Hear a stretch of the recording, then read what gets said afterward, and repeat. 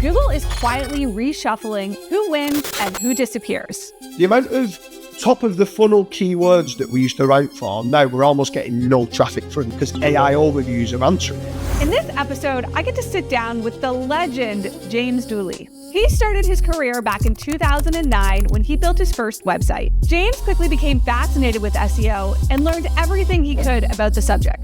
In the years since, he has built over 1,000 different websites and ranked them on Google, generating over 2 million leads. For me, like, SEO is about compounding little 1% wins. I'm one of them people that I don't go fishing with a fishing rod. I go fishing with a big net and I catch everything. Because what I would say to you, Joy, is I'm not an SEO. I'm a businessman that leverages SEO. So it all comes down to... For those of you that don't know, James and I actually met last year at a mastermind. And I want to say it was one of the kind of highlights for the trip for me, because I've heard so many great things about you from people like Kyle Roof and Matt Diggity. And they kind of described you as like this SEO that maybe is like a little bit behind the scenes, but like knows more than anybody else. So that is kind of what my experience meeting James was like. I'm really excited for this episode to drop like a ton of knowledge. James, you've ranked over 1,000 websites and you've generated over 2 million leads. So somebody at that level, what would you say that you do differently today in 2026 that you see a lot of other SEOs missing? I think a lot of the people in the SEO community try and cut corners. I think they don't concentrate enough on actual branding and holistic marketing. So I think for me, myself, I'd say I'm more of a marketer than an SEO. SEO is a large part of the marketing of what we do, but we repurpose a lot of the content for social media, for YouTube and stuff like that. And I think holistically, trying to do everything and try and be omnichannel and omnipresent, that's kind of what gets us to win and get a lot of enquiries long term. And the types of businesses that you get leads for, is there, like, what niches do you work in, just for people that are unaware? Yeah, so I mean, we're in over 650 different industries in total. I think a lot of people say, oh, you should niche down and go into one specific marketplace. We kind of went very broad and very wide, because what we started to realize was when we started off in, let's say, like roofing, plumbers, electricians, carpet cleaning, all the industries that everyone knows everything about.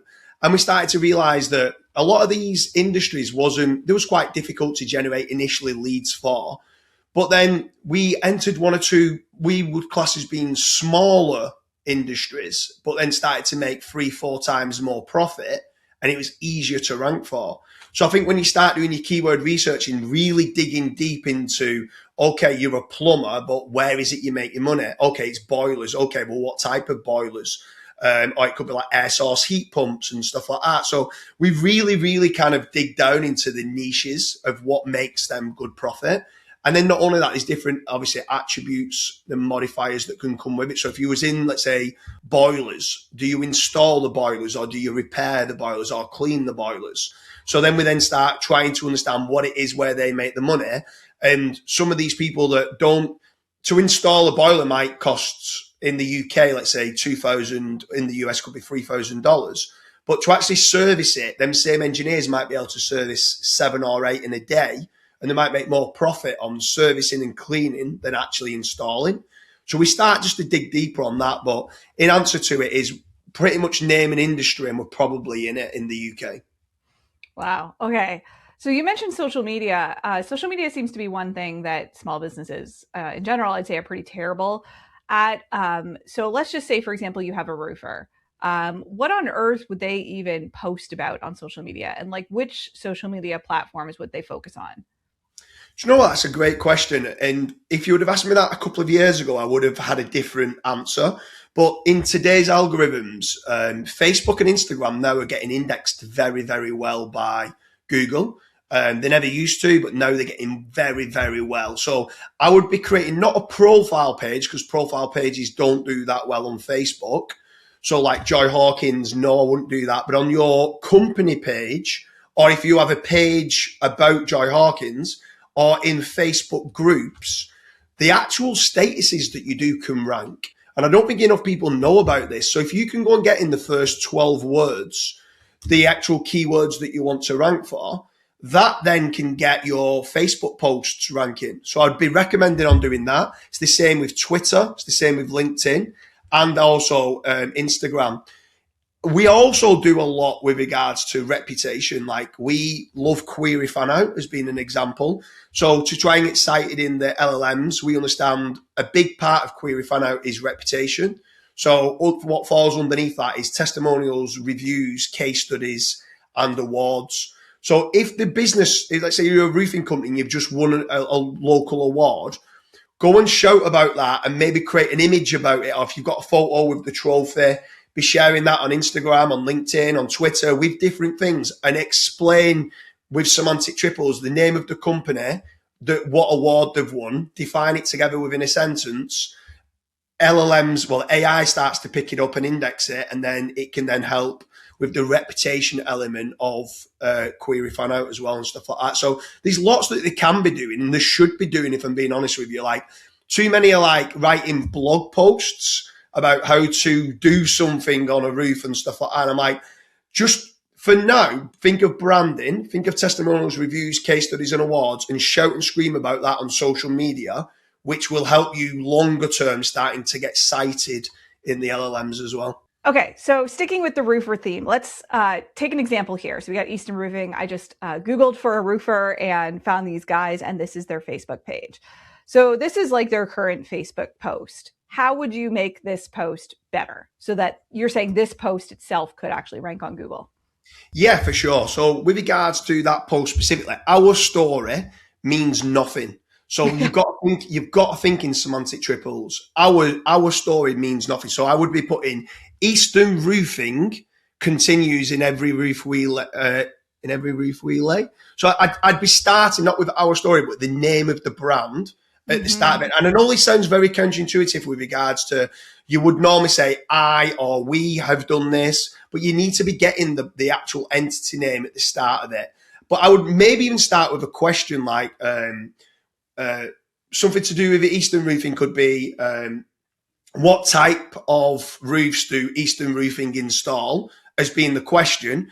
Do a page break on the actual status, and then underneath it, Eastern Roofing install, slate roofing, tile roofing, flat roofing, what blue roofing, green roofing. They're all like different type, biodiverse roofing. These are all different kind of subsectors within roofing that they could be doing. But the first 7 to 12 words is what performs and ends up becoming the title tag of that Facebook post. So then what you then want to do is go and get that actual URL of that Facebook post and force indexing it. So Googlebot's crawling it and those posts can actually rank.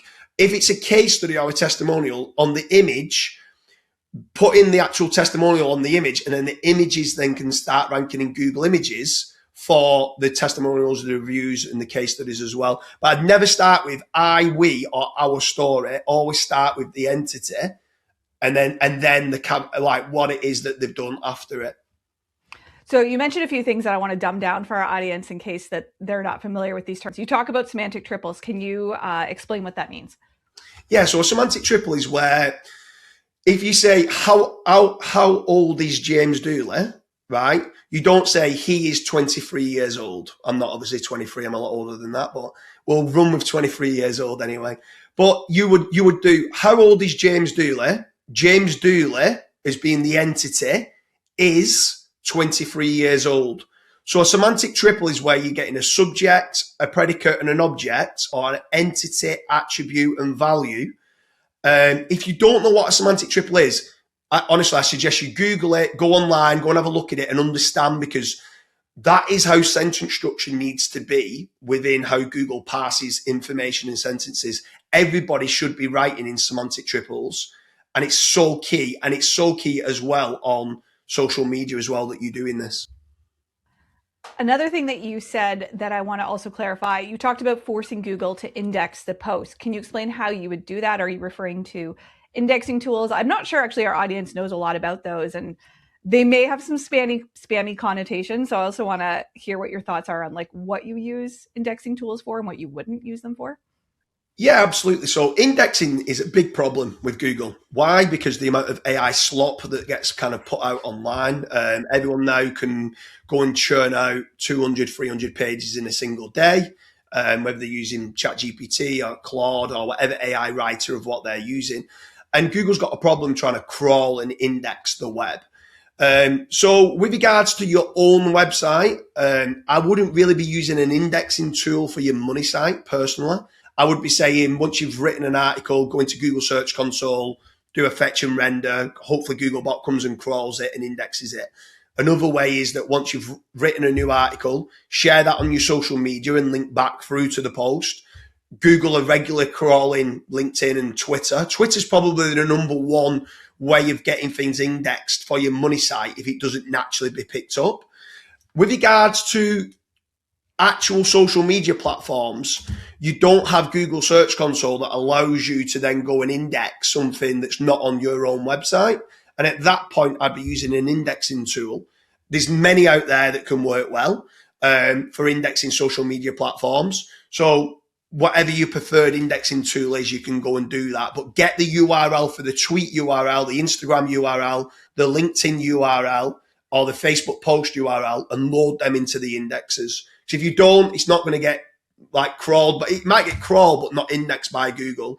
Get that indexed and try and get it in the top 20 in Google. And then it's feeding the LLMs. We call it LLM seeding. And you're seeding them LLMs with reviews, testimonials, and stuff like that. Okay, so I want to also, I'm going to screen share here and show a couple more things. So when I do a search on Google for roofers in Kansas City, like certainly Facebook is dominating lately. We're seeing this with Facebook groups. Now it's kind of interesting is this post is interesting. It's got all the right keywords in it. It's in this giant group called Kansas City Secrets. So if you're trying to get more visibility for your business, do you ask somebody to, to go like make a post? Like, I don't know if somebody asked for this post to be created, but it's definitely written very well, better than I would say the average user would post in a Facebook group. Or are you waiting for some random person to ask about roofing companies and then you go and you recommend your brand, which is more what happened. It looks like in this case, they're like, who's, reputable roofers? And then like this person's like, hey, I work with Pyramid Roofing. So I would certainly do both strategies myself.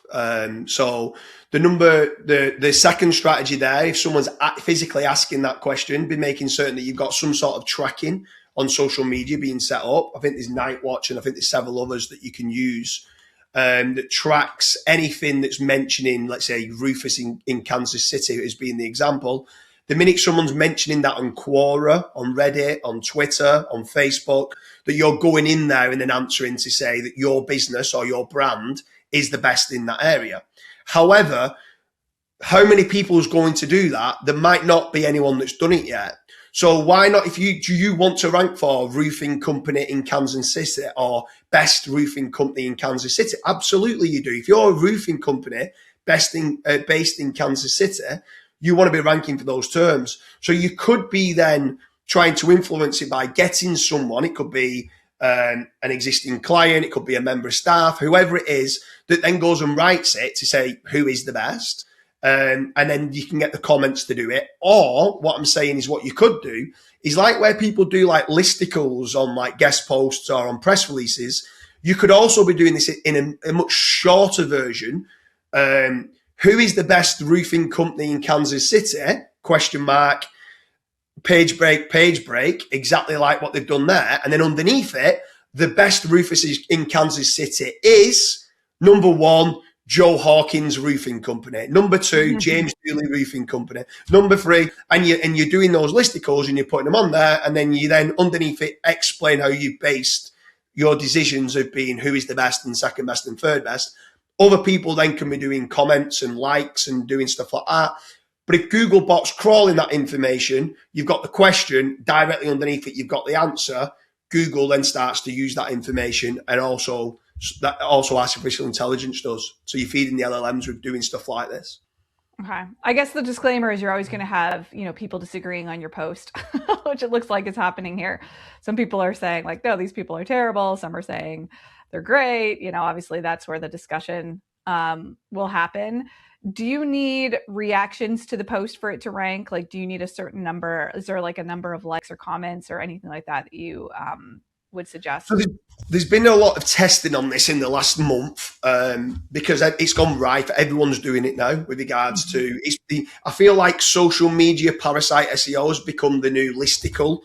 Everyone became obsessed with doing listicles on press releases and stuff like that. And I feel like now social media it's getting indexed so well when you just force index it that this has become the new way of doing listicles. So yeah, in answer to it, no, it doesn't need any likes. It doesn't need any comments. Once Googlebot crawls that and you've loaded it into the index, it can rank, and it can rank very, very well. I'd say just anyone who's watching this, just go and test it for the service that you do in the area that you do, and you'll see how quickly. Normally it gets indexed within 3 to 5 hours, and straight away then it can not only be ranking within Google, but being fed by Gemini and Claude are the main two.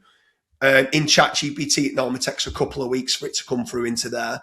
But what I would say to you, Joy, is that the comments underneath it don't get pulled through into the LLMs. It's only really the status that get pulled through. So even if everybody else disagreed in the comments saying, no, I disagree, they're not the best roofing company in Kansas City, the information that's in the status going, who are the best roofing companies in Kansas City? Joy Hawkins is number one. That's what the LLMs would pull through. Got it. And to be clear, if you're a business that's trying to do this really above board and you don't want to go buy comments or likes or anything like that, this is still something that you could accomplish?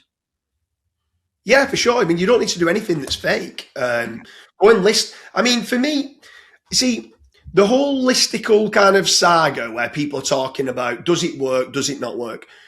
It's really, really obvious that it works, right? There's no debating it. If anyone says that it doesn't, just go and start doing some searches in ChatGPT, in Gemini, in Claude, or in Google. It's clear to see that it works. However, it's frowned upon. If you're going doing a listicle and then you're going putting yourself as number one and your other business as number two and so on and so on. But where I think people need to take this to the next level is sitting down and working out why you think you're the best, working out your USPs, working out your reviews, getting the awards that you've won, and explaining why. Okay, number one, local SEO in the world is Joy Hawkins. Why? Because I've done this, I've done that. And you're backing it up with stats and statistics that makes you believe why you are the best. But if someone says, oh, you shouldn't be doing that, and you go, well, wait on a minute, if I don't do it and somebody else does it and they're then getting referenced, why shouldn't I do it? Like, why should I not say, I believe I'm the best and here's the reason why I think I'm the best? I think you can cite yourself, because if you don't, you're going to be reliant on somebody else to, and they might not. It's almost like create good content and the links will come. Well, do they come all the time? Not in certain markets, they don't. So if you don't say you're the best roofing company in Kansas City, but your competitor does, well, they're going to outrank you in the LLMs, and that's just the way it is. So we can either all sit there and argue in the SEO community whether it's right or whether it's wrong, or we can say, I want my client who's a roofing client in Kansas City to outrank my competitor. Therefore, this is what I need to do.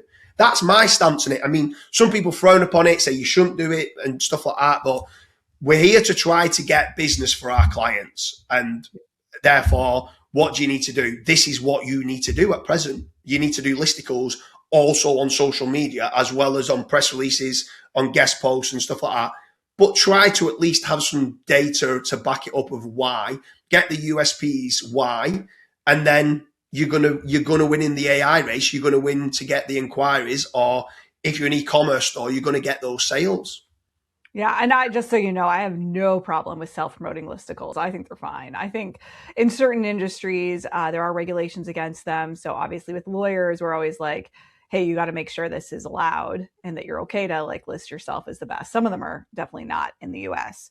I had a couple of questions. You mentioned you could do a post on your Facebook page and that would get indexed, but I never see like Facebook pages under this discussion and forum section. Have you seen it in that section, or does it rank somewhere else on Google? Do you know what? That's a great question. I'm not 100% whether it falls under discussions and forums. I think the Facebook groups fall under discussions and forums. I think the Facebook page it comes outside of that, but can still rank very, very well. So it comes outside of the discussions and forums, I think. Don't hold me to that. The profiles, the actual profile of Joy Hawkins that you might have your family pictures on and all the rest of it, they don't rank. It's got to be a page or a group within on Facebook that does well. And that's true even if you have a professional profile on Facebook that's like publicly visible with followers and all that? Well, if it's got the followers, it becomes a page, not a profile. Got it. Okay. Because there's some like, SEOs, for example, that are well known who have Facebook profiles for their name. So if you have one for James Dooley, you can set it to public and you can you can add a thing for people to follow you as well. So those theoretically would work too.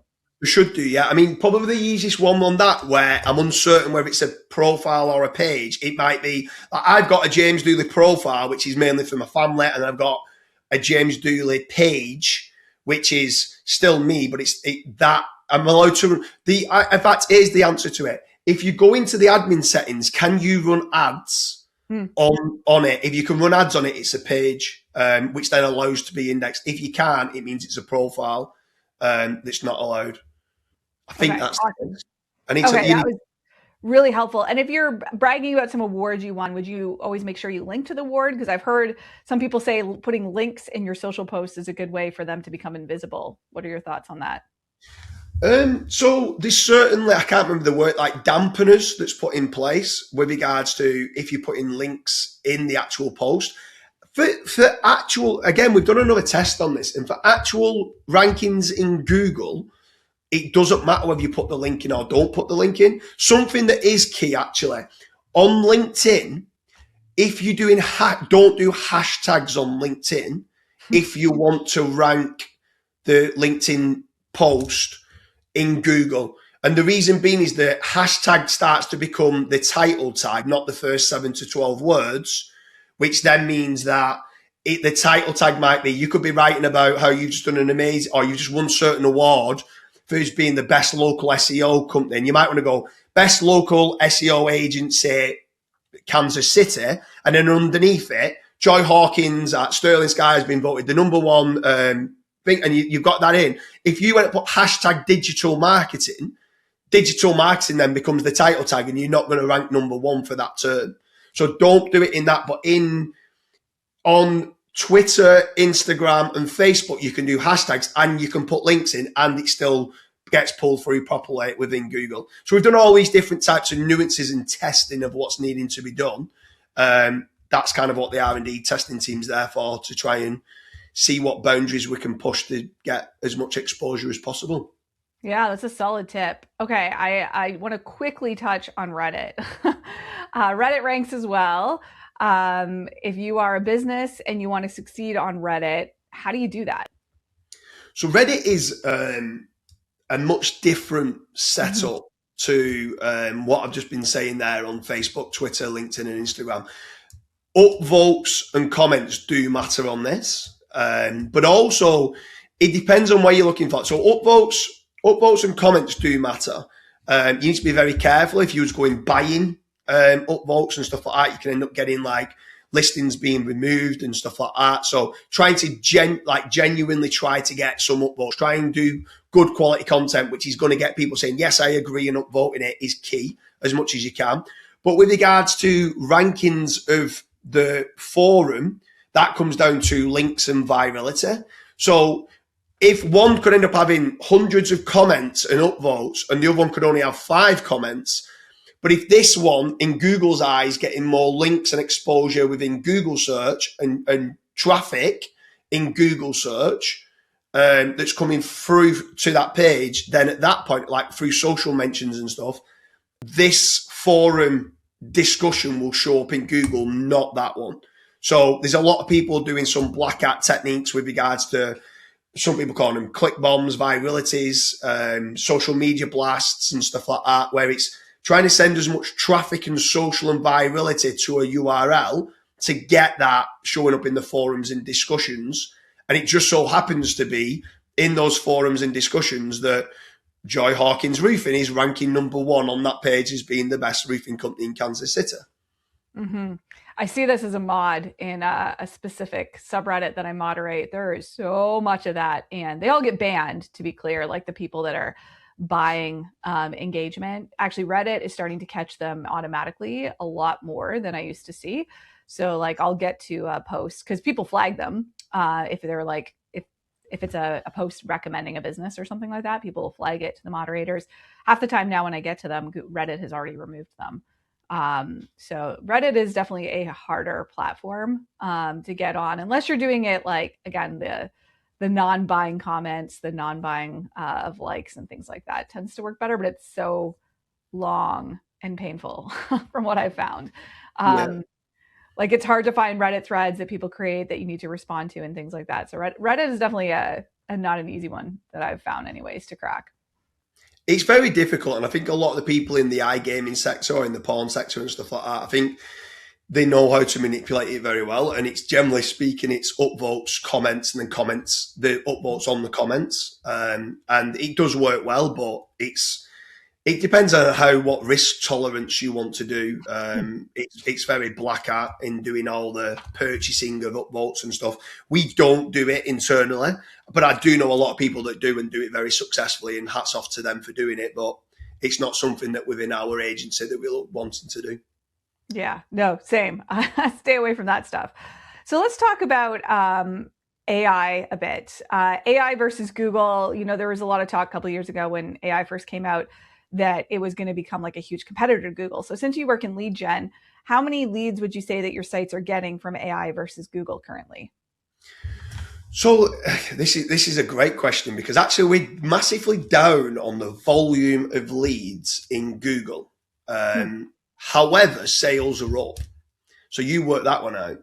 So basically what's happening is the people are being a lot more, they're spending longer times on whether it's Google search or on ChatGPT or asking Claude or whatever it is. So if they're initially doing that initial search for roofing company in Kansas City, they're then getting the AI overview and they're being able to go back and forth now with AI. But by the time they're actually inquiring and landing through to your website, then what's actually happening with us is the amount of top of the funnel keywords that we used to rank for, now we're almost getting no traffic from. Nearly all of them have gone, like, we just don't get the clicks from anymore because AI overviews are answering it.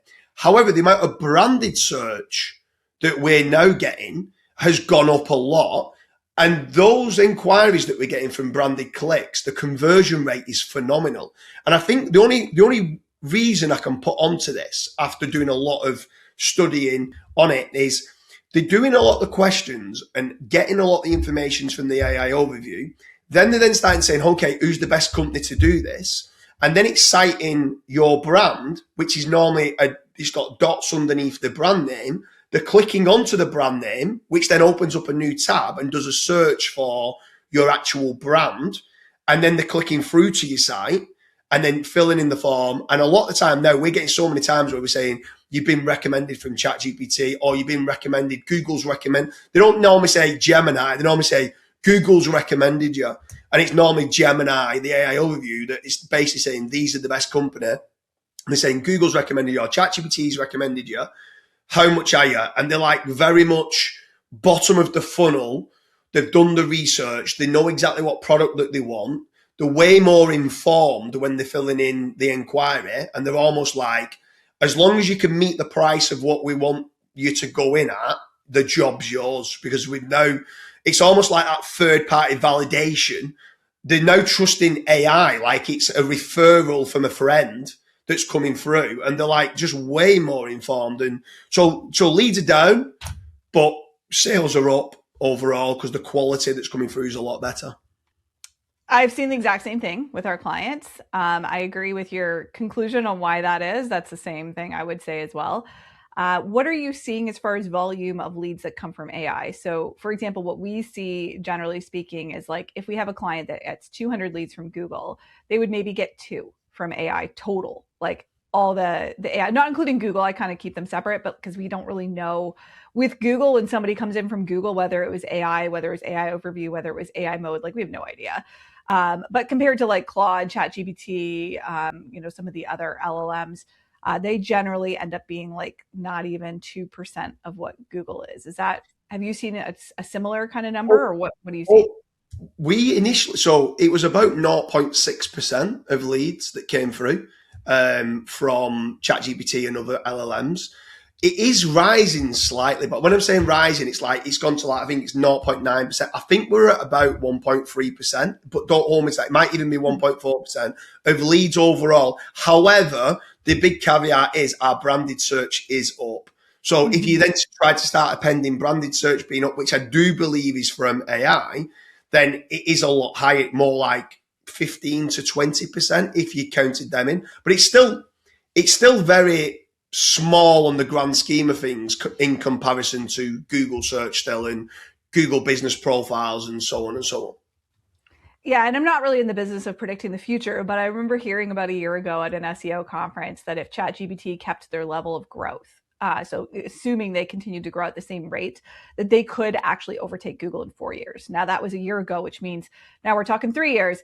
I personally can't imagine a scenario where that would happen because I'm like that. The math is just not computing. And what we are seeing at Sterling Sky in the last month or two is that ChatGPT leads are dropping. We've seen this as of like the last few months. And then in the last month or so, Claude leads all of a sudden are coming out of nowhere.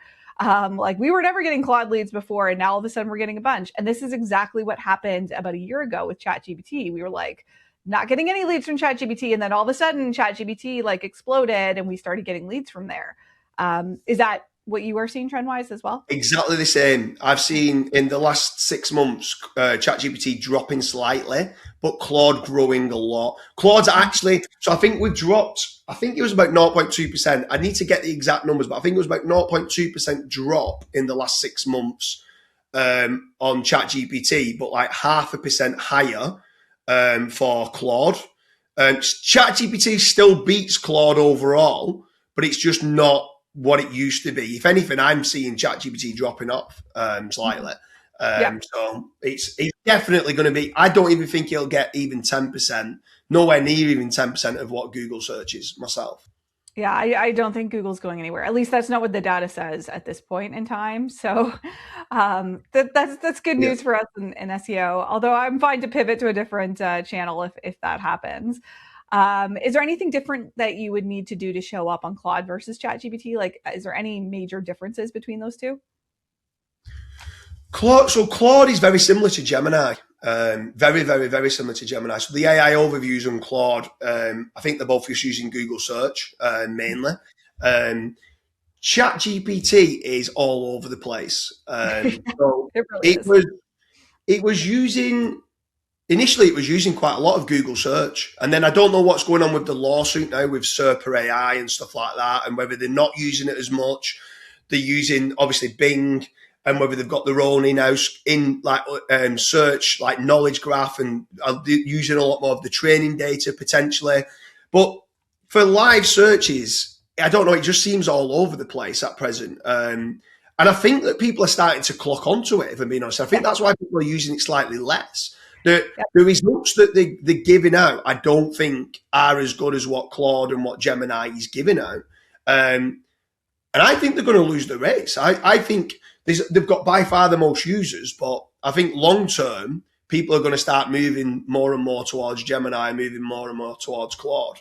I don't see ChatGPT being long term.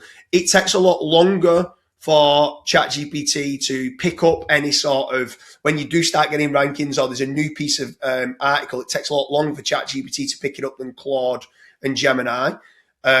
Whether that's because Bing indexing's taken a lot longer, so the index now versus Googlebot is nowhere near as sophisticated.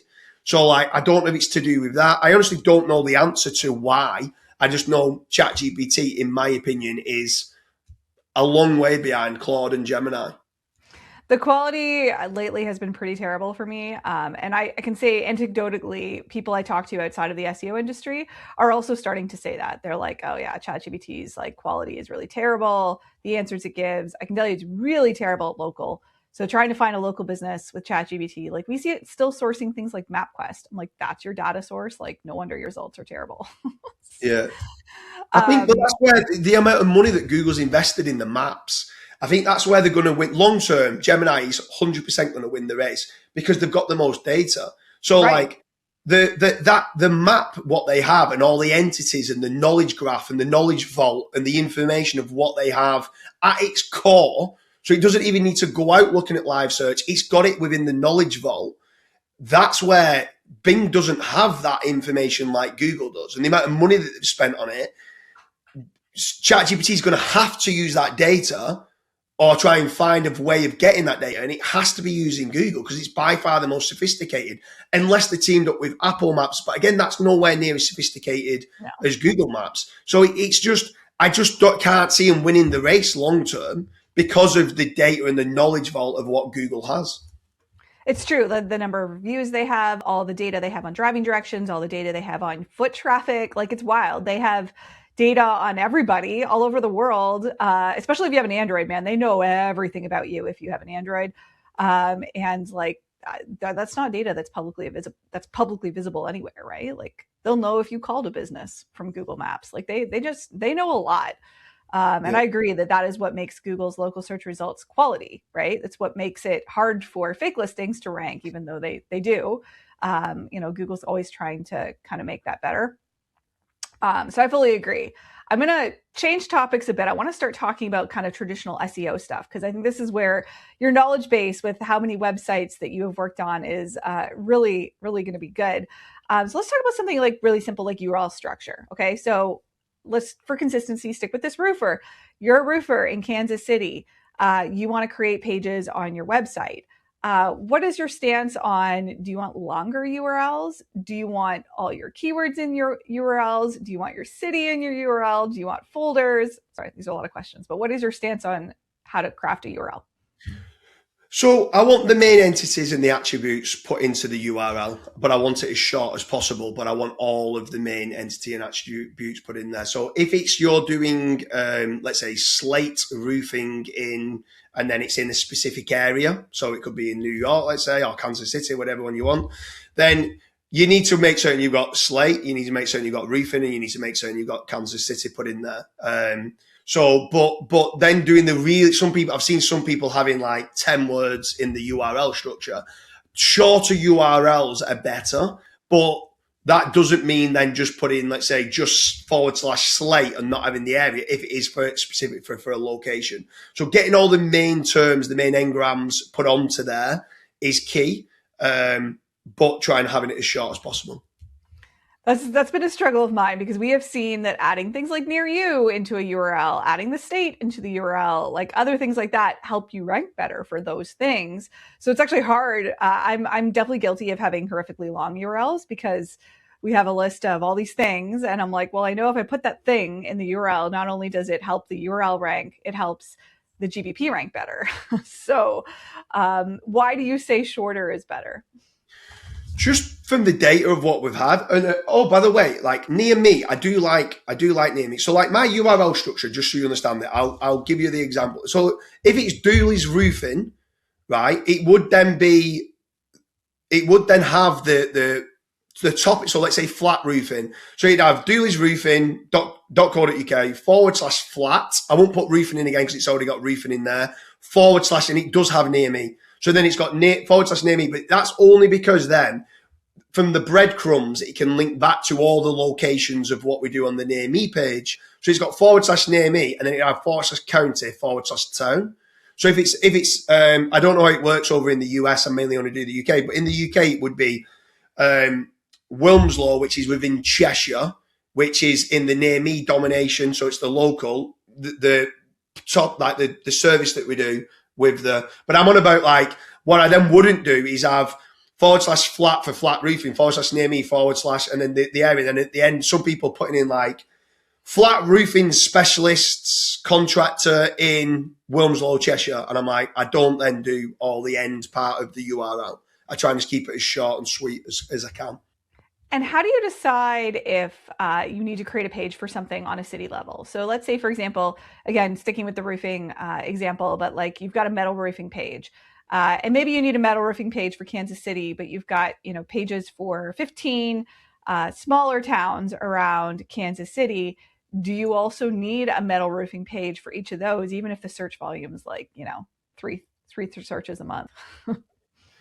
So It all comes down to popularity, search volume. If they search for it and you are not ranking in position number 1 for metal roofing in Kansas City, and you've only got a roofing page in Kansas City, but not a metal roofing, and you think that that is a very, very important, profitable keyword, well, let me revert this back to you, Joy. If someone said to you that metal roofing can make $300,000 for an installation of a metal roof, and you want all them enquiries, and there was only 3 enquiries a month or 3 searches a month, would you want them enquiries? Of course you would. Therefore, at times you might want to set up a different page for it. However, you do need to look at the SERP. You need to look at, has anybody else broken down the page? Does somebody else have a metal roof in Kansas City? Do they not? What if they don't? Then it could be an opportunity. If they do, then you should definitely do it. But if they don't, could you potentially put it off-site? So what you could end up doing is doing a press release or a guest post off your site. So you're not wasting crawl budget on your own site, but you're trying to rank it on a guest post, and it links back saying why Joe Hawkins Roofing is the best metal roofing company that there is. So you're still hopefully going to get them inquiries, and it just goes through to your Roofing Kansas City page. I think too many people look at topical maps or semantic content networks and think it's all about what content they should have on their site, and they're not looking at it from a backlink profile or third-party corroboration and looking at, okay, I don't want to break this page down on my website, but I do want to rank for it. Could I rank for it? Almost like parasite SEO. Could I rank for it on another person's website, which says why I'm the best and link through to me, which still means I'm going to get the inquiries. I'm not wasting the crawl budget. And it's talking about a very specific topic that I want to rank for. So talking about service area pages, that's the concept of having like a page targeting a specific city. What kinds of things do you put on a service area page? Like, is there like a list of things you'd want to include? Yeah, for sure. So obviously, I always try and look at. You could ask AI for this as well, because it varies on the service. But you basically turn around and say, if someone's looking for a metal roofing company in Kansas City, what are the main attributes that they're looking for? So I'll probably say the number 1 attribute of what someone's looking for when they're initially inquiring is the cost.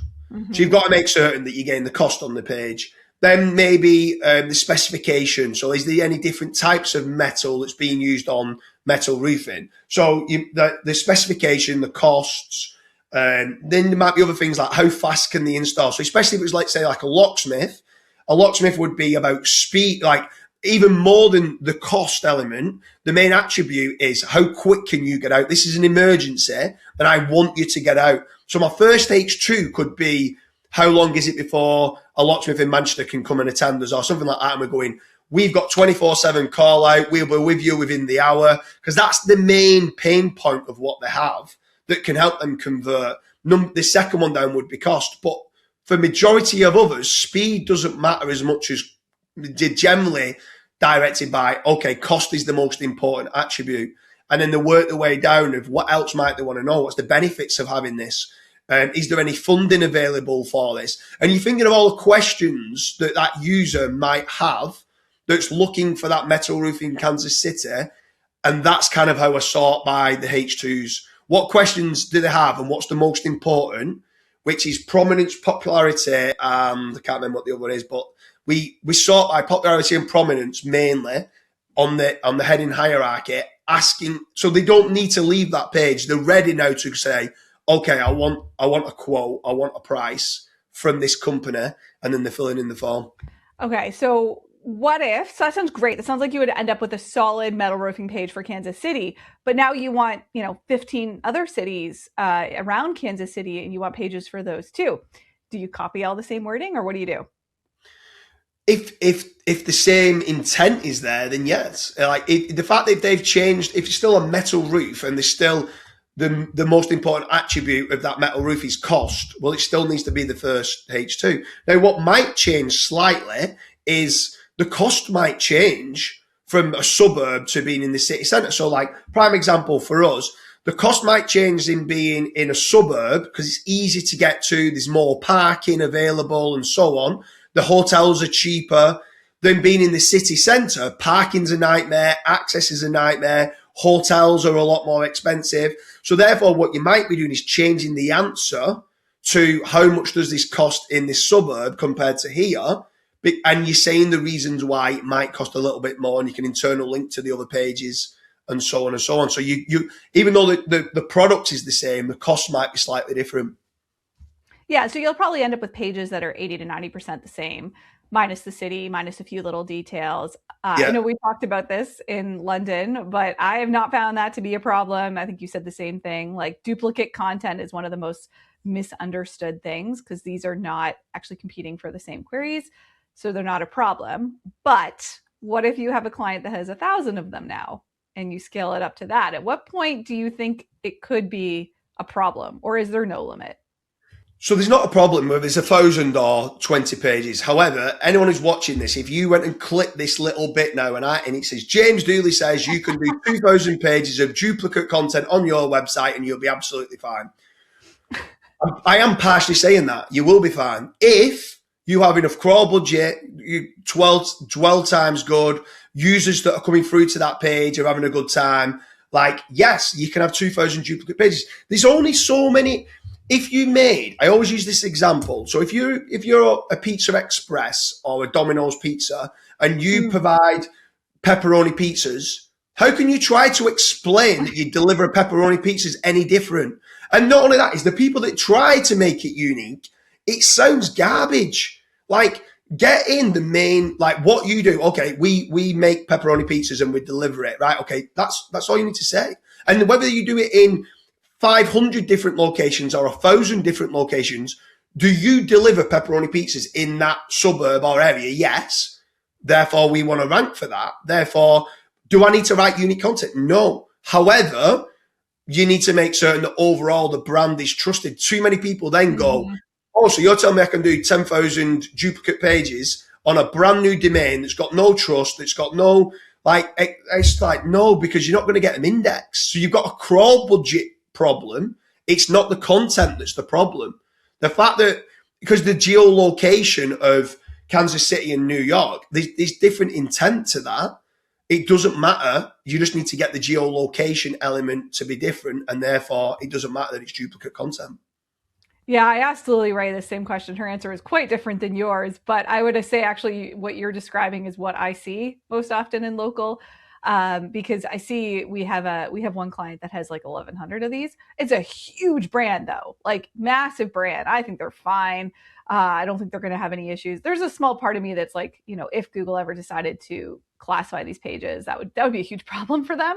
But as of right now, because they do actually have so many physical locations for each service area, they're fine. Like, their brand search is really, really, really good. Or I think I've seen the opposite scenario is there was one guy that messaged me on the local search forum a couple of years ago, and they got nailed with a manual penalty, which I have not seen often.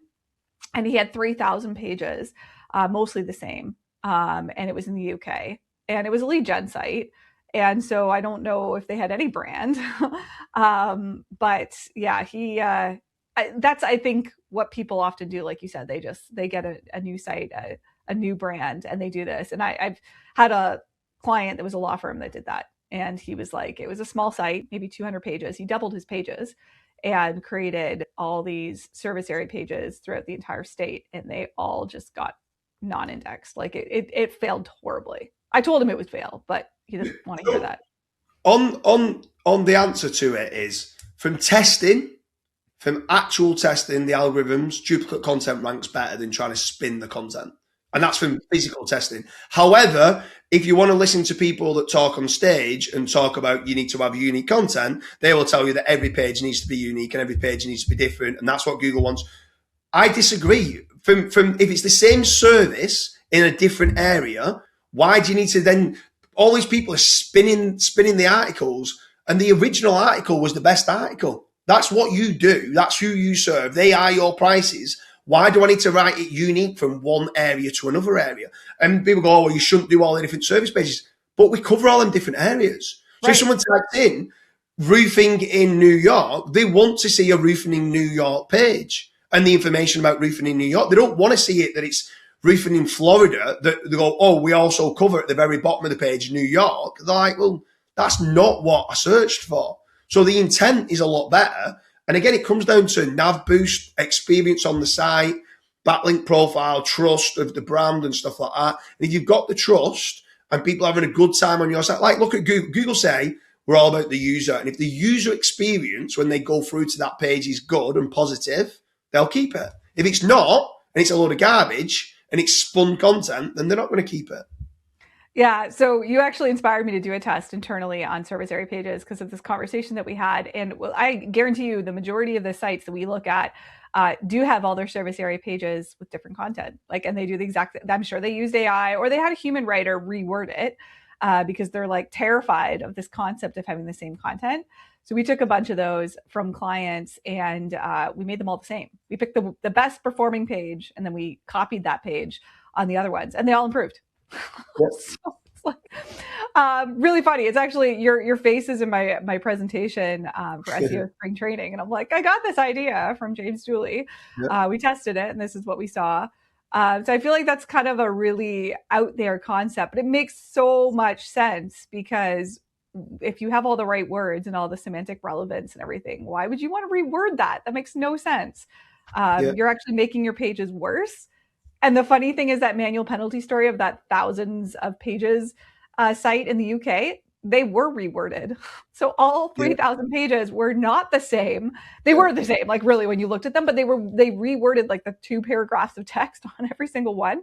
And the guy told me he paid a human to do that. I'm like, oh my goodness. Right. Yeah. And he's like, why would Google penalize me? It's not duplicate content. I'm like, oh, you are missing this. It doesn't matter if it's the same words or not. Yeah, definitely. Just from test, like I get the whole industry says every page should be unique. I get this thing, content penalties and all the rest of it. But from testing, duplicate content does better. And it's not really, it's just showing you different services in different areas of what you're doing. I think Google will just say, is that right? And is that best for the user? Yes, it is. Therefore, like, I don't need to reword every page. It just seems, and we've done a lot of it's not even, like I said to you in the mastermind, we've done a lot of testing because I wanted to try, it just made sense for every page to be unique, to be better. And it just wasn't. Duplicate was beating it. And I'm like, why? Why is duplicate beating it? And surely not. And I'm like, exactly what you just said, semantic relevance, exactly written, exactly the way people like to have it and stuff like that. And yeah, duplicate won. Yeah, so funny. It's such a crazy concept, but it's so true. And I would say the majority of the industry doesn't either think that way, but I think they don't think that way because they're not understanding it or they haven't tried it or tested it. Let's talk about the algorithm updates from the last year. So core algorithm updates are something that historically speaking, personally, I have not seen were super impactful on small business sites. Now that I should say to clarify, I'm not talking about lead gen sites. I'm talking about like, a business in the US. Most of our clients are in the US. They have a site, they have traffic to that site. We would see like small things with core updates, up and downs, nothing hugely dramatic until the last year. Last year has been like a big roller coaster for a lot of small businesses. What have you seen from, let's just say the last year, so like the 2025 and maybe 2026 so far, core updates? Google search.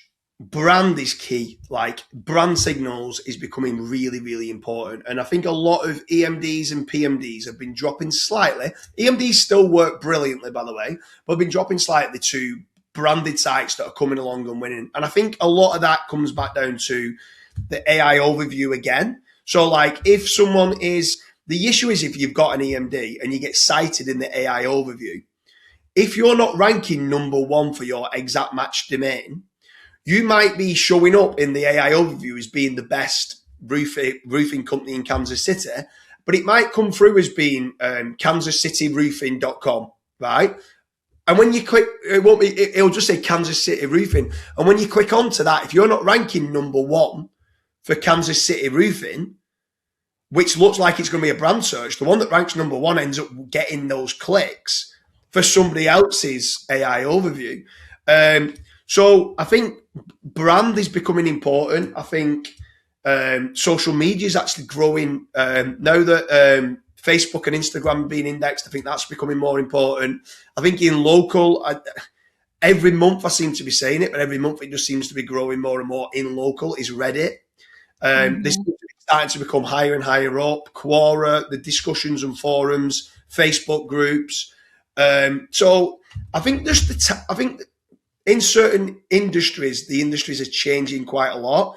Video is another big one. Like, video is key. Like, I would say video's right up there with being one of the number one strategies that if you're not doing video, you should be doing video in 2026. Like, YouTube is absolutely working like gangbusters. And then obviously you can splice it down into YouTube Shorts and stuff like that. So many of them now seem to be getting YouTube like video carousels and stuff like that. So in a lot of the others, like even the short video carousels is even starting to pop up as well. So yeah, I think the times are changing. I think you just got to adapt with the times. And I think there's a lot of people that are like demoralized, that are annoyed, and there's some people that are frustrated, but then that's the world we live in. Things are going to change and you've just got to adapt very quickly and see what's working in today's algorithms. Got it. Now, talking about things that impact ranking, you mentioned link building a few times. Are links less effective than they used to be? Absolutely, yeah.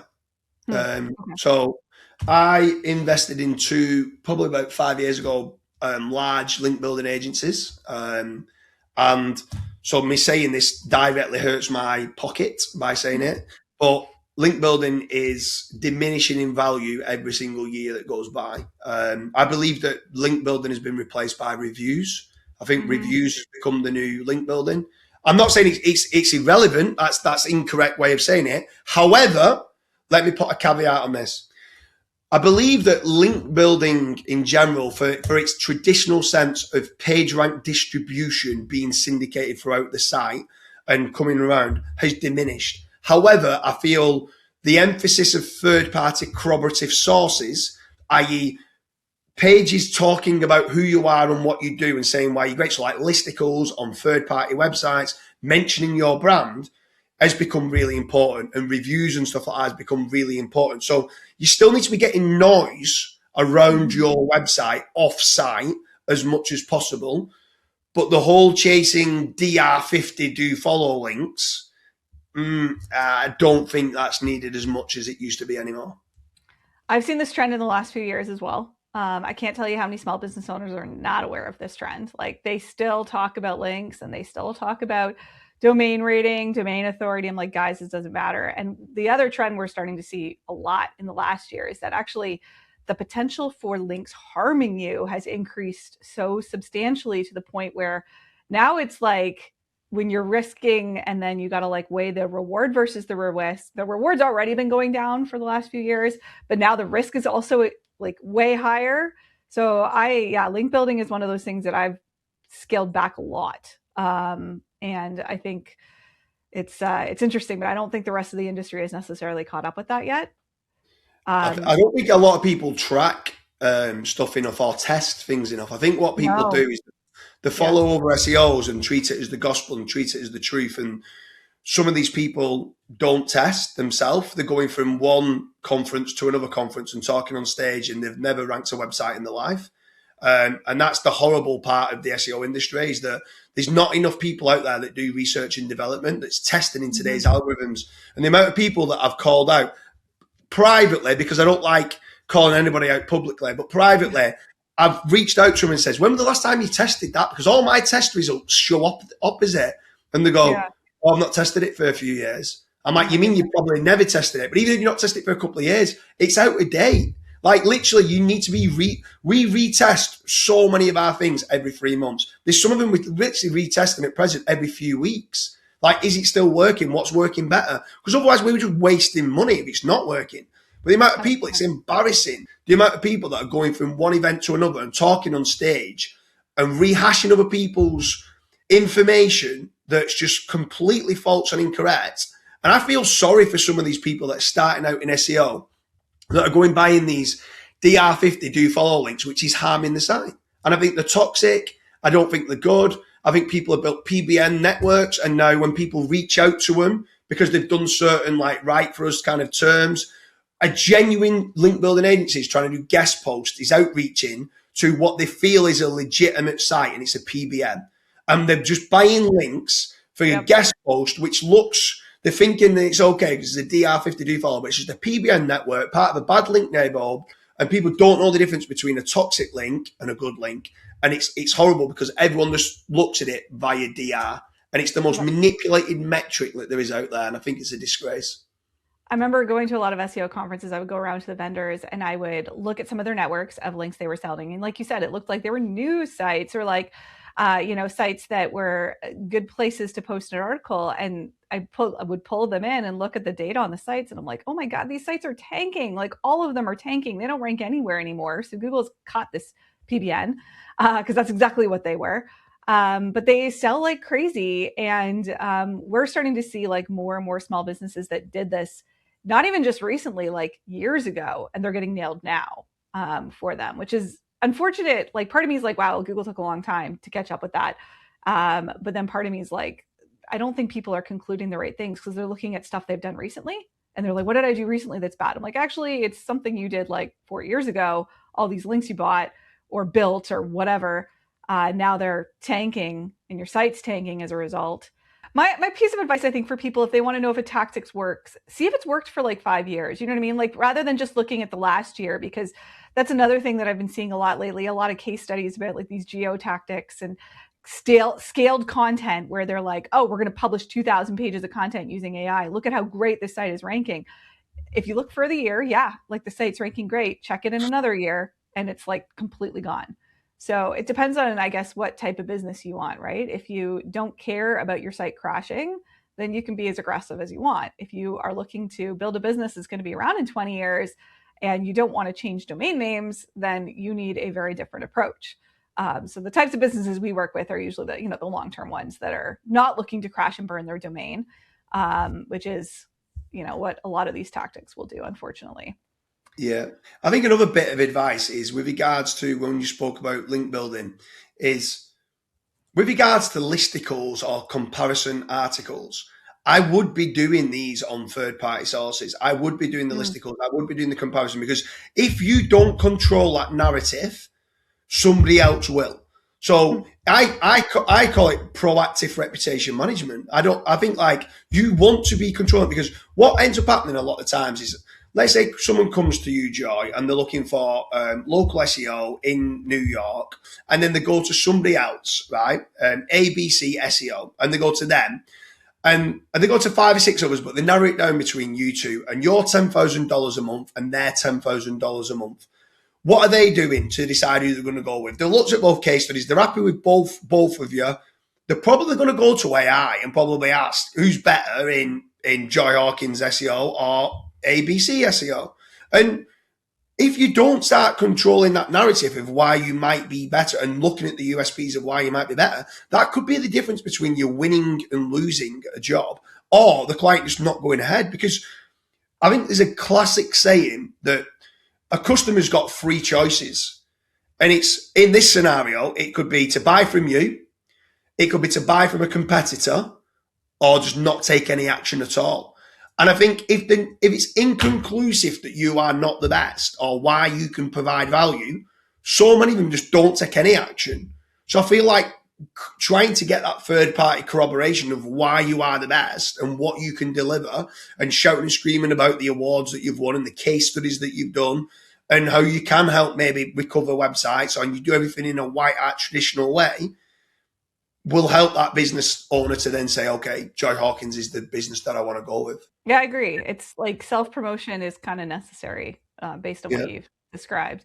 So we were talking a bit about, obviously there's a lot of bad apples in the SEO industry. So who personally would you recommend following for like to learn about SEO? Like who's putting out really good content or ideas and stuff that's worth following? People are looking to follow more people.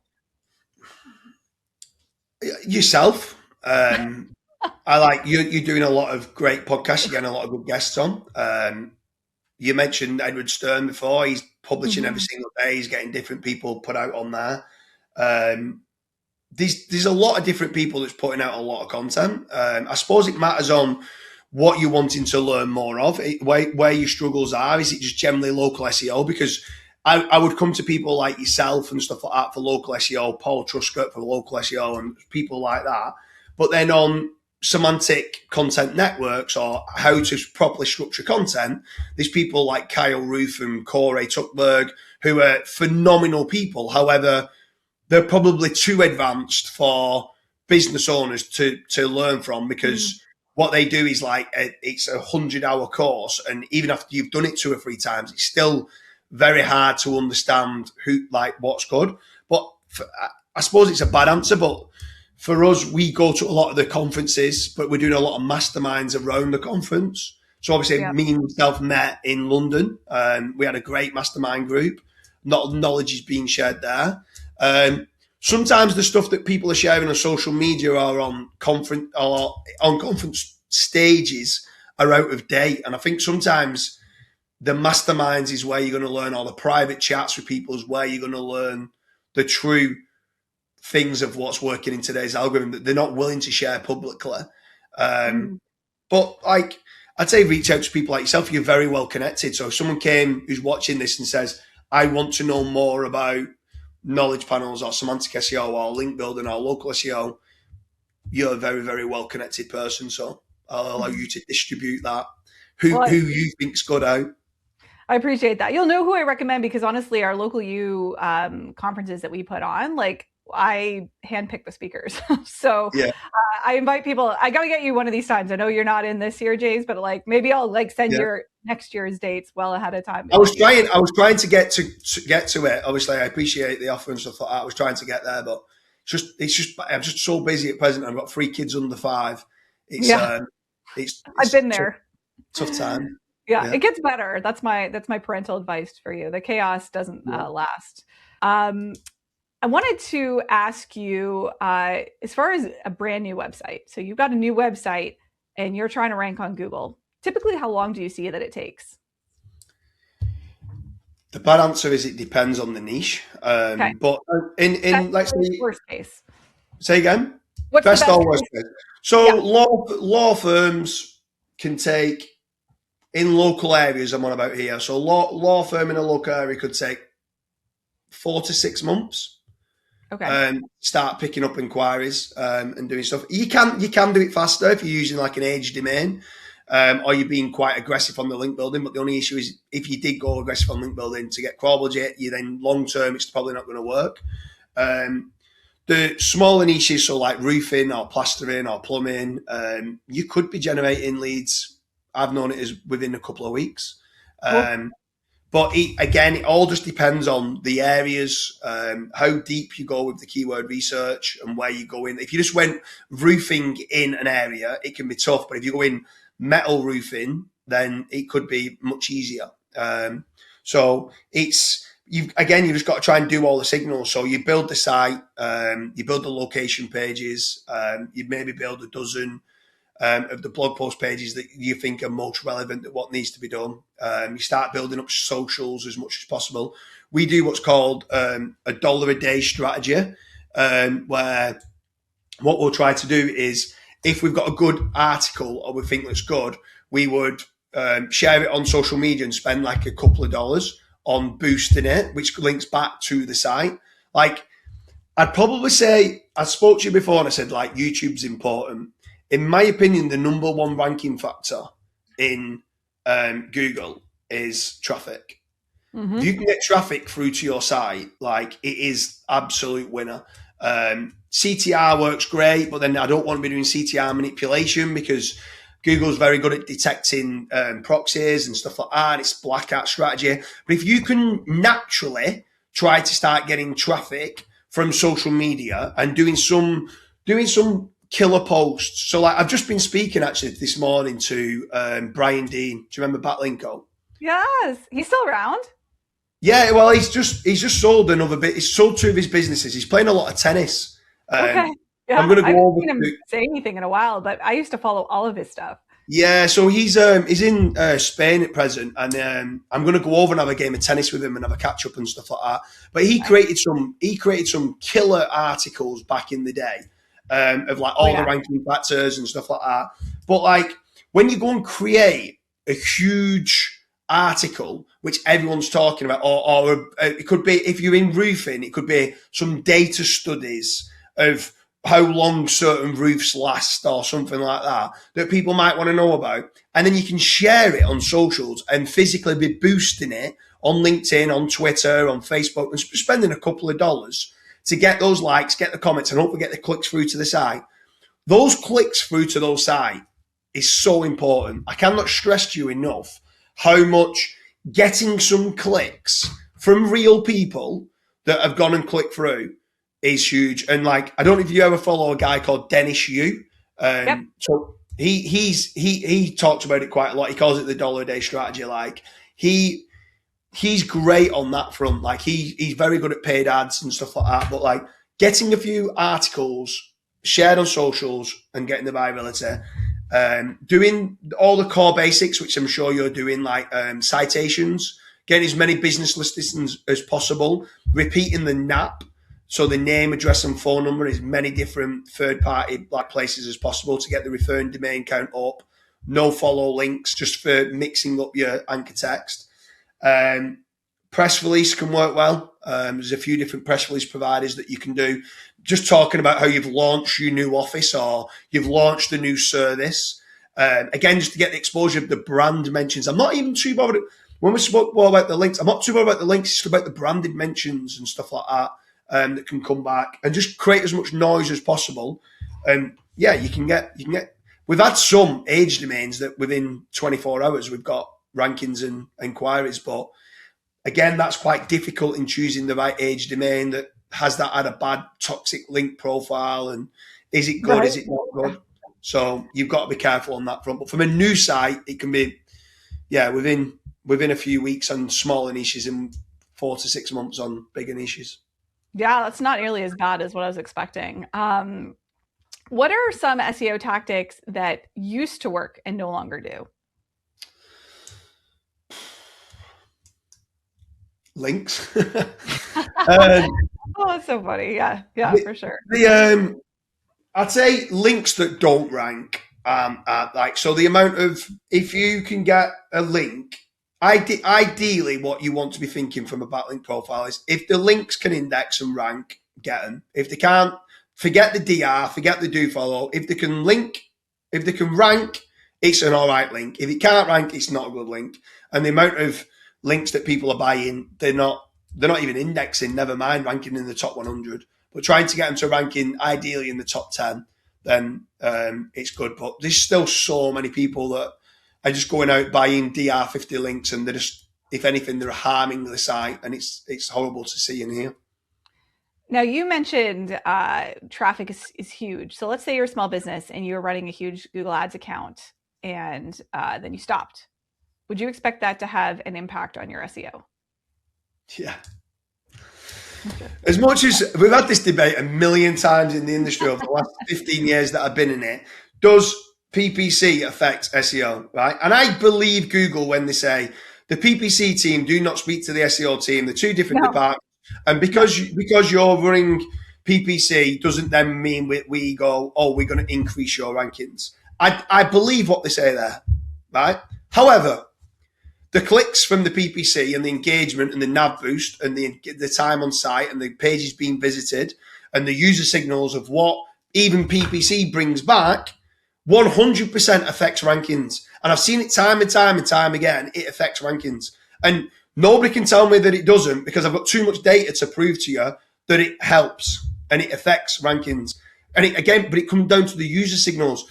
Also, let's change the caveat from PPC. If you run Twitter ads consistently and you stop running Twitter ads, your site starts to drop. If you run Facebook ads and you stop, your site starts to drop slightly. The traffic and the engagement and the virality and the dwell time and the nav boost signals is key. It's absolutely is key. And I've got so much data on it, it's unbelievable. I used to be obsessed with backlinks, and now I'm obsessed with virality and time on site and trying to get as many different people coming through to the website as possible. That's fascinating. But you said your ad budget doesn't need to be large if you're advertising on X or Instagram or whatever. Like you said, $1 a day, something like that. It could just be little bits. As long as it's trickling traffic coming through from different, and also what we found is from the more different sources you can do it from. So if you're doing some from LinkedIn and doing some from Pinterest, let's say, Reddit ads, Quora ads, anywhere you can try and run little bits of ads to get you back. Now, obviously, don't just go wasting that money just to try and increase rankings. Try and do it that you can actually target the right people that might want to inquire. You might actually get inquiries from it. Do you know what I mean? So you want the right people coming through. But 100%. spending those little bit on ads on these different platforms is an indirect ranking factor with Google because of user signals 100%. Okay, so I have a couple questions. First one, I got to say this for all the PPC people listening. So based on what you're saying, most PPC people like sending their PPC traffic to a different site, right? You have your PPC landing page and you have your main site for SEO. So are they kind of screwing themselves then because they're literally not sending any of those signals to the site they want to rank? Yes. And well, first and foremost, I would be asking why they're sending it through to a different page. And then normally what they'll say is the conversion rate of the money page isn't good enough. Well, I might then look at visual semantics and try to start getting that actual page to rank better. Now, you'll know the SEO team will argue with the PPC team and say, well, it needs to have this content. And they're going, but the content's no good and we want images and we want it to look nice and convert. You can still get a site looking nice nowadays. Like Google's good enough now at parsing content behind, like some content behind accordion tabs and stuff like that. You still want to improve your actual money page to convert. And then you want to ideally be running the PPC through to that money page. Definitely. Oh, this is going to be great. I can't wait to show this to so many PPC people. I'm like, hey.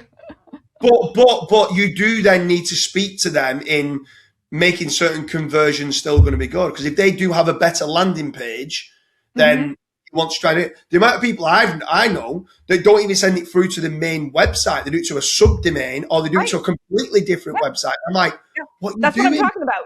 Yeah, not even the same domain. That's the majority of PPC campaigns, just so you know, like a huge amount of them, they think they need a separate, and business owners think this, PPC agencies think this, they think they need a separate domain for PPC because of the conversion points. I know, I'm like, oh, this is great. Okay, and then with social sites where you're doing ads, there's a lot of options. You've got Reddit, you've got X, you've got Instagram, you've got Facebook, you've got YouTube. What are your top three, like that you would want to run ads on, and why? Well, let me change the question, right? So go because it's too broad of a question in the fact that there's so many different nuances. You could be a roofer, you could be a plumber, you could be an electrician, right? So what I would say is go and run it on them all and assign a small budget on them all, and you decide how many clicks you're getting from TikTok, how many you're getting from Reddit, how many you're getting from Quora and stuff like that. And if there's any conversions, so get like a UTM tag. And if any of them convert, you might only get 3 clicks from LinkedIn, but one of them might have converted. And you might go, I only spent $5 and it had a conversion. I'm happy to spend more on that. So go and look at it of your own demographic for your location and niche. Go out to them all and then decide and keep narrowing it down going, do you know what? Quora wasn't very good. Do you know what? Reddit wasn't very good. If you have to pinpoint me on 3, I would say Meta, so doing Instagram, Facebook, and Twitter would probably be the best 3. However, Facebook can sometimes cost a little bit more because there's a lot of people that do it because of the ease of setting them up. So sometimes you can get LinkedIn. Like sometimes LinkedIn of a weekend can be really cheap because everyone wants to run it Monday to Friday. So you get LinkedIn ads over the weekend to be quite a bit cheaper. But again, it just depends on the niche and the demographic of who you're going after, of which ones you might want to run. Now, you mentioned Quora, which I didn't mention. Have you ever tried ones, and maybe I don't know if these even exist in the UK, but like Nextdoor or Yelp or like any other sites that are smaller than the big giants that we've talked about? Honest answer is I don't know. I'd have to ask the paid ads team. I only know like the main ones of what they're running. I'm sure if there is other ads, like we also run ads, we're always looking for like say staff. So I know that we're also running on like LinkedIn for staff, and we get them to come through to the website and engage with the website. Not for me, even though it does help the SEO, we make certain that it's not just here you are, here's your form. We want them to come through and download the form for what they need to kind of then fill in and do stuff. just all that engagement and the amount of people that's coming through from job advertising as well and stuff like that, or people doing branded search because now they're looking for jobs and stuff. Again, everything just elevates and lifts up. It's all brand. What can be done? But on the smaller ones, I'd need to check with the paid ads team of where they're doing it. I'd say anywhere where you can get traffic, try it, and it will have an indirect ranking factor because of the user signals. It's just whether it's worth the spend. That's what you've got to work out on the ROI of what you're spending and what you're getting back for it. Now, what are your tips for formatting the ad? Like, do you need to have an image? Do you need a video? I assume based on what you're saying with traffic, you would need to have a link, which I'm not sure is always something that's included. And then like, what are you putting in the ad? Are you bragging about some award you won, or what are your tips on that? So again, to start, you just need to mix it up. So from one industry to the next. So if it is just bragging about an award, I probably won't run ads because not many people are going to come through and click through to that. It's more like certain things like giveaways or like, so I'll give you an example where we ran one and we've run it indefinitely. And I can tell you now, we have not done pretty much any SEO in the last 6 months apart from running this. And all of our rankings have gone up. We've been cited in LLMs everywhere. Everything's gone up. And all what we did is on our homepage, we did a free kitchen design, right? And it's kitchen remodeling is the niche. And we did a free kitchen design and we sent them through to the homepage and we told them in the thing, look, if you want a free kitchen design, click through to this. Otherwise, if you inquired directly, it was £99 for this kitchen design. So many people are coming through, and all what we just kept doing is kept changing out the design of the kitchens, the image for the ads, and then every so often we run like video ads, and then we'd run like retargeting. So like if they'd watch over 50% of the video but hadn't clicked through, we then show them different ads and stuff like that. And now we spend about £3,500 a month, so about $5,000 a month on ads. And the volume of leads is insane. Like we make a lot of profit on the social media ads from doing it, but all of our SEO's gone up, and we've done nothing on SEO apart from run social media ads. So just little things like that. When you start understanding that, you're going, okay, what else could I be doing to not say manipulate traffic, but get more engagement? It's key. It's important. Yeah. So giveaways would be a great example of one that would clearly get people to click. So I can see how that would work a lot better than like an award. What would you do if you're a lawyer? You know what? I think lawyers is just very matter of fact. Like, are you looking for a divorce lawyer? But then what we're doing is Facebook and stuff like that are very, very good at finding the audience for you. So we call it let it rip. So we don't actually put an audience base in. We just say, Facebook, go and find what you're looking for. And we'll go, are you looking for a divorce lawyer? And someone might have mentioned, and if you mention it on like Messenger that, oh yeah, I'm going through a divorce, I'm doing this and stuff like that, even just the mentions of it, then they know, okay, we need to start targeting these people. So I think it is just very matter of fact, we provide this service. I don't think there's a giveaway on that. I think it is just, if you're looking for a divorce lawyer in this area, this is what we can do. Or if you're looking for a family law attorney for this, or have you had an accident in the last 12 months, get in touch with a personal injury supplier and stuff like that. So there's stuff like that you might just capture people. Still works out cheaper for the lead than what it would be on PPC, but you're getting lots of people seeing the ads, engaging with the ads, and then clicking through and obviously engaging with the site. Question on lead quality, and I'm curious if you have a stance on this. What drives better leads, local pack or organic? Depends on the niche. Okay. So I tell you why the local pack does amazing. Local pack does amazing because normally a lot of them are calls. And if you've got that person on the other end of the line and you can speak to them, then that is your 30% better than a cold web lead. Because on average, which is astonishing, 30% of leads that get filled in, you can't even get in touch with. Yeah, that makes sense. Yeah, we so see like, that a lot. Which is crazy. So if it's a call is generally better than a cold web lead because you've got them physically on the line and you can get the information and understand who they are and what they do and what they're looking for.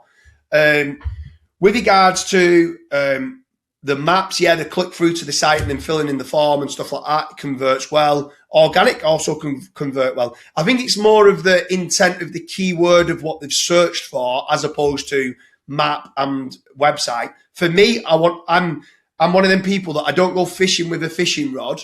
I go fishing with a big net and I catch everything, every single fish that I can. And then it's up to the CRM system to segment what's a good lead and what's not a good lead to make certain that the right salespeople are dealing with the right inquiries that are coming through. Because what I would say to you, Joy, is I'm not an SEO. I'm a businessman that leverages SEO. For me, I love the sales funnels. I love once we've got the lead, how do we then convert that lead, or how do we monetize that lead in some way, shape or form? Because it might not fit what we specifically do, but then could we cross-sell another service or downsell, or how can we get the most out of this lead possible? That's what I love as well. Like people are obsessed with conversion rate optimization of websites, but they're not of looking at like speed to lead. How quick are you responding to that lead that's coming in? If it's more than a minute, well, you're going to fall off because you need to be under, ideally, we want people responding in under a minute of inquiry coming through. A minute? Well, we've got a call center, so we make a lot of money in the finance sector.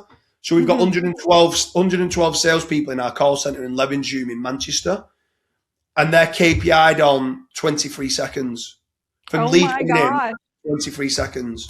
Okay, I don't know any of our clients that are that good. So that's a good question. Like if you don't respond to a lead in X, it's dead. Like what would you say? Like what is the worst? It completely depends on the niche again. Sorry if I keep saying that, but it does. Yeah. But so like mortgages, so our call center is mortgages and finance. And generally speaking, our mortgage brokers are open to use any lender, right? So once you've spoke to us, you don't need to go elsewhere because we can then line you up with whichever lender that suits you best. So at that point, if we speak to them and you respond a minute later, that lead's dead to you because they now don't need to speak to you because they go, I've already got it sorted, thanks. And you're like, well, wait a minute, you only acquired a minute ago. Yeah, I've sorted it because we've already spoke to them. Right. So certain markets, like another one's locksmith, right? Mm-hmm. If someone, I mean, normally locksmiths are calls, but if someone did inquire on a locksmith, we've got to respond instantly. We need to ring them straight away and find the problem and say, we can have somebody out to you within the hour. It's going to cost £85. And they go, right, okay, yeah, can you do it?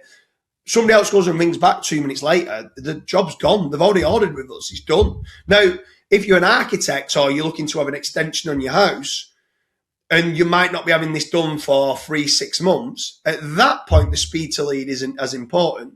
You still want to be responding and getting the information, but it's not as important in that niche than it is in other niches where I'm ready now to place an order. Who am I going to place the order with? Or to speak to a consultant? Who am I going to speak to? I need to make certain it's us. And that's where we win. And you've mentioned phones and you mentioned leads that come in via email. What about like text or like live chat? So text, WhatsApp and live chat. WhatsApp's massive in the UK. I don't know if many people use it in the US, but in the UK it's huge. So we've got a lot of WhatsApp integrations. We integrate WhatsApp and text message into High Level, the CRM system, which then can instantly, once they send the text or do a WhatsApp, we can instantly reply, start asking them questions. So we can start to say, if you're a roofer, we can start to say, have you got any photos of the existing roof? When you're looking to have it done? So we're instantly engaging before a real person can come back and then start to take it further. But at least we've got that interaction with him going back and forth. Can we have this? Can we have that? When you're looking to have it done, are you providing the scaffolding? Do you want us to provide the scaffolding? And just little things like that, just to get them engaged and speaking. But WhatsApp's huge. Like, yeah, it's massive. WhatsApp's better in the UK than email. It's just a lot of people like filling in a form on web contact forms. We work out what niches pay the most and how much time and effort we should put into it, and then decide, should this come into our call center? Should we just send it direct to client? Can we help the client nurture the leads better so that they can convert them a lot higher, which then makes our leads look better than what they are if they're not converting them, and so on and so on. Awesome. Well, James, I want to be respectful of your time. I know we've been talking a lot and you've dropped so much knowledge. If people want to follow up after, let's say they want to follow you, they want to reach out or hire you, how would they do that? So I've got jamesdooley.com. On there, you'll see all my different social media links, whether it's like Twitter, Facebook. You can message. I'm pretty active on all of them. You can message me on any one, whether it's LinkedIn or Twitter or Facebook Messenger. Drop me a message, and I can try and help. I don't really do any consulting work, or I don't really sell anything directly. So if you need lead generation in the UK, I can help. But apart from that, I'll just be there to try and have the go-giver mentality and try to help business owners make certain they're not wasting money and saving time, hopefully, and take the business onto another level. All right. And we'll do our best to get James out to a local U event in the near future. Yeah, for sure. Cheers, Joy. Thank you. See you.